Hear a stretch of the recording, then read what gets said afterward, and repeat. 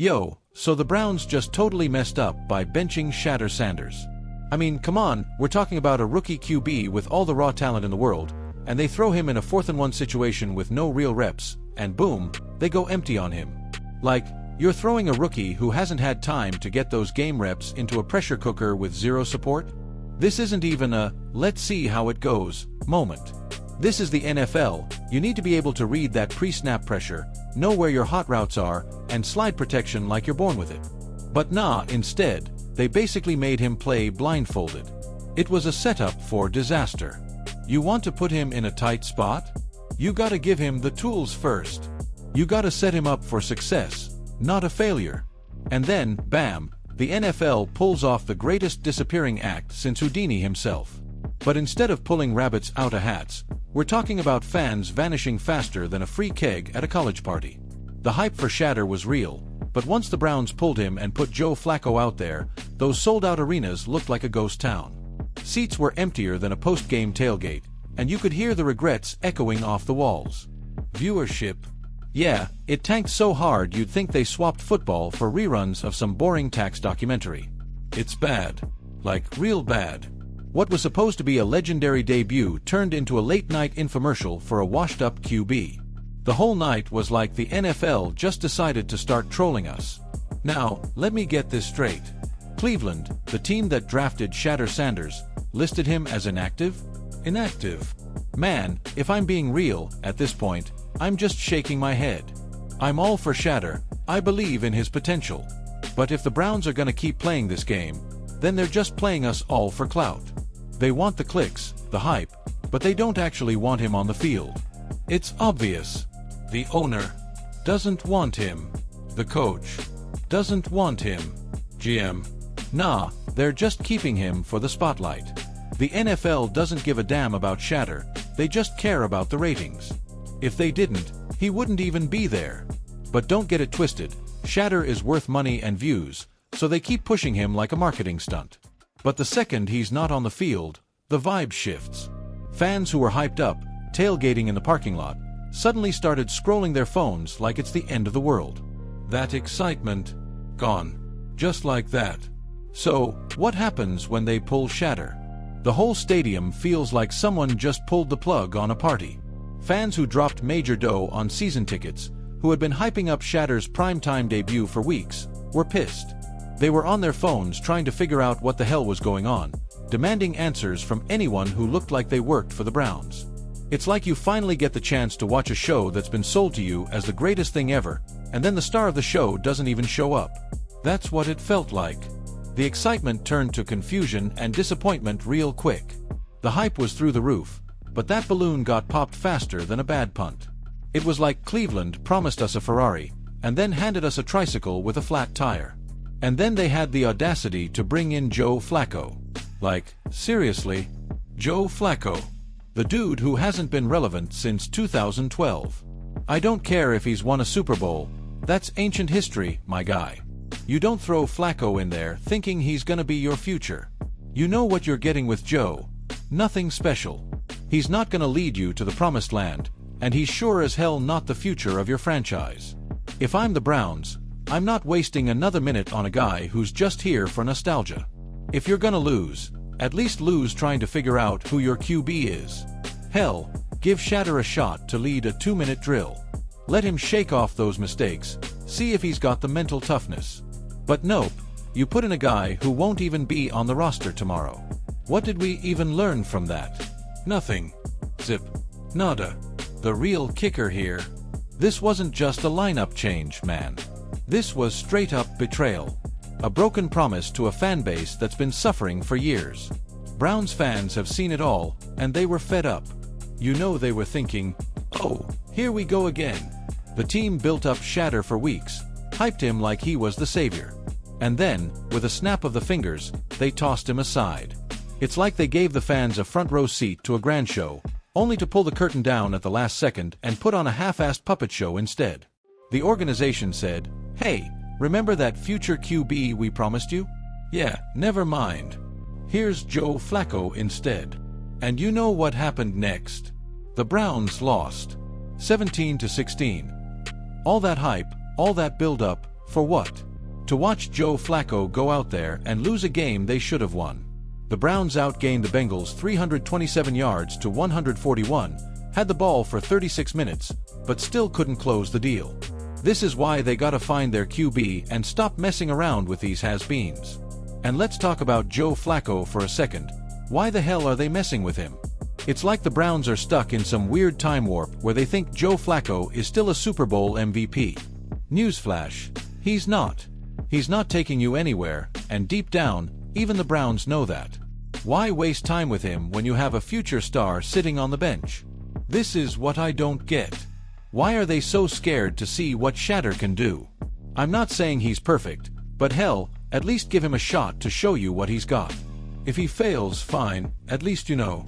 But pulling him out and tossing in Flacco? It's like the team is afraid to move forward. It's the kind of thinking that gets coaches fired. Honestly, I don't care if it's Gabriel, Shedeur, or some unknown QB from the practice squad. Whoever it is, they deserve a chance to prove themselves. But Joe Flacco? No. You know what you're getting, and it's nothing good. This whole night was supposed to be a show.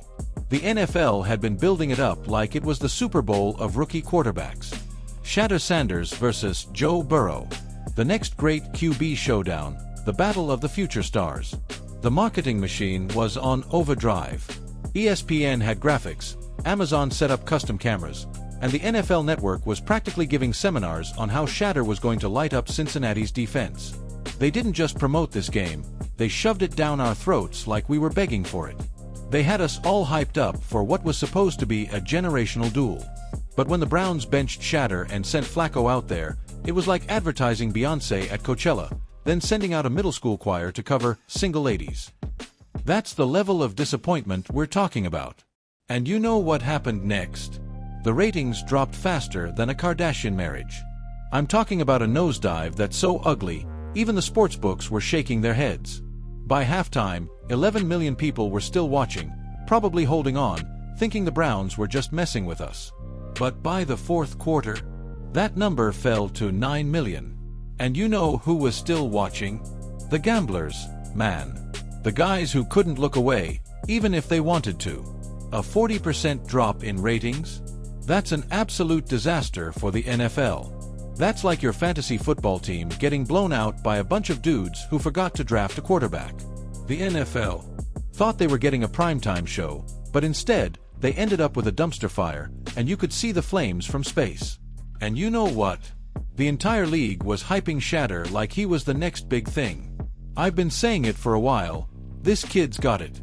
He's got the pedigree, the bloodline. His pops is Deion Sanders, the GOAT. Shedeur was raised around stars, with the kind of athleticism that can't be taught. I said it before last college season, this dude should have been the first overall pick. And the Browns knew that too. They saw it. They brought him in for a reason. But then, just like that, the Browns just yanked the rug out from under him, and we all saw it coming. When the ratings started to drop, execs at the networks were scrambling like they were in a fire drill. Sponsors were freaking out, and I swear I saw an old dude in a suit somewhere asking if they could deep-fake Shedeur into the game to save face. It was that bad. But it wasn't just the ratings that tanked. This wasn't just some bad marketing move. This hit everything. The NFL's entire business model took a hit. Fantasy football, sports betting, streaming subscriptions, all of it crashed. Fans tuned in for one guy, Shedeur Sanders, and when he didn't even step foot on that field, you could almost hear the collective sigh of disappointment from the entire football universe. It wasn't just a game, it was an event, and the NFL had built it up like it was the next coming of Brady versus Manning. But instead, they handed us a rerun of Joe Flacco. That's not just a marketing fail, that's financial sabotage. And if there's one thing NFL owners hate, it's losing money. And trust me, the Browns lost a lot of it that night. And as the game dragged on, you could feel the tension building in the stadium. Fans were flipping out, and it wasn't just because the Browns were blowing it. No, this was deeper. This was about betrayal. A fan base that had invested so much energy into the Shedeur hype was now being let down in front of their eyes. It wasn't just the players, either. The Browns' entire operation was crumbling. Teammates who had built chemistry with Shedeur were stuck adjusting to Joe Flacco's limitations. Receivers were adjusting their routes, slowing down to wait for Flacco's slower throws. The offensive line, already struggling, now had to protect a guy who's about as mobile as a statue. And when the defense has to carry the whole damn team, it's a recipe for disaster. Everyone felt it. The whole vibe shifted. The Browns didn't just lose a game. They lost their way. And don't even get me started on the coaching. Kevin Stefanski thought he was making a bold move, showing he could make the tough calls. But in reality, he just torched everything. It wasn't just about the game, it was about what was supposed to be the future of the franchise. And he took it, threw it in the dumpster, and set it on fire. This wasn't just a bad coaching decision. It was a franchise-altering mistake. Fans are pissed. Media personalities are dragging Stefanski through the mud, and it's not just the talking heads. Former QBs are calling it malpractice. When the former players and the media are all on the same page about how badly you messed up, that's a problem. The Browns are on the verge of imploding from within, and it's all because of one awful decision. Now, the fallout didn't stop at the field. This wasn't just a loss for the Browns. This was an earthquake that rattled the entire NFL ecosystem. The sportsbooks were left holding the bag. Fantasy football players who built their whole team around Shedeur were losing their minds. People were calling, demanding answers like they'd been robbed. And you know what? They had every right to be pissed. The NFL, in all its glory, built up this massive hype train, got us all on board, and then pulled the rug out from under us. Talk about bait and switch. Fantasy leagues saw their prop bets blow up in their faces. Parlays that were supposed to be locks? Gone. All of it. The NFL didn't just cost the Browns a game, they set off a chain reaction that affected the entire betting industry. That's the kind of mistake you don't bounce back from. And honestly, at this point, it's hard not to feel like the whole situation was designed for chaos. The Browns weren't just playing football, they were playing a dangerous game with their fan base, the media, and even their own locker room. The decision to bench Shedeur didn't just hurt the team on the field, it tore at the fabric of everything they'd been building. The team had a young, fresh face, a kid with the potential to turn the franchise around, and they yanked him for a washed-up QB who was barely hanging on. And let's be real here, it's not just about this one game. This is about trust. The Browns have let down their fans time and time again, but this is a whole new level. You can't keep selling the same old broken promises and expect fans to keep showing up, especially when the entire league is watching. And you can bet that this decision is echoing across the NFL. Other teams are definitely taking notes. They're watching the Browns crumble under the weight of their own mess, and some are probably thinking, hey, maybe we can pick up the pieces. Cleveland's dysfunction has become an opportunity for other teams to pounce. Imagine agents now scrambling to make sure their young quarterbacks are protected, ensuring they're not put in a situation where some insecure coach pulls the rug out from under them for a guy who's just passing through. The NFLPA's probably looking at this, wondering if there's any sort of violation going on here. And you know what? They might have a point. The way the Browns treated Shedeur, it's borderline sabotage, and the league is going to feel the ripple effect for a long time. By midweek, the damage was obvious. Merchandise sales crushed. Season ticket renewals, people were canceling left and right. Corporate sponsors, they were backing away faster than a running back dodging a tackle. You can't have your golden goose on the bench and expect everything to be fine. Shedeur wasn't just some rookie. He was the face of the future for the Browns, and they just tossed him aside like an afterthought. The fans saw it, the sponsors saw it, and everyone who had invested in this hype train knew it was derailing. The Browns weren't just losing games, they were losing money. And that's the quickest way to get a coach fired in the NFL. And let's not forget about the ownership, because if you think Jimmy Haslam wasn't watching this unfold with a cold sweat, you're kidding yourself. This wasn't just a bad football decision, it was a financial nightmare. Haslam invested millions into Shedeur's image, banking on the kid to be the face of the franchise for years to come. And now, his golden boy is sitting on the bench, while the stadium's empty and fans are taking to social media to rip the team apart. All those marketing dollars, all the hype, all the promises, they went up in smoke in one night. Coaches don't get fired for losing games. They get fired when they cost their owners money. And that's exactly what Stefanski did. This wasn't just a coaching blunder, It was a full-on financial disaster that could cost the Browns in ways we can't even imagine yet. I've been chasing these dreams.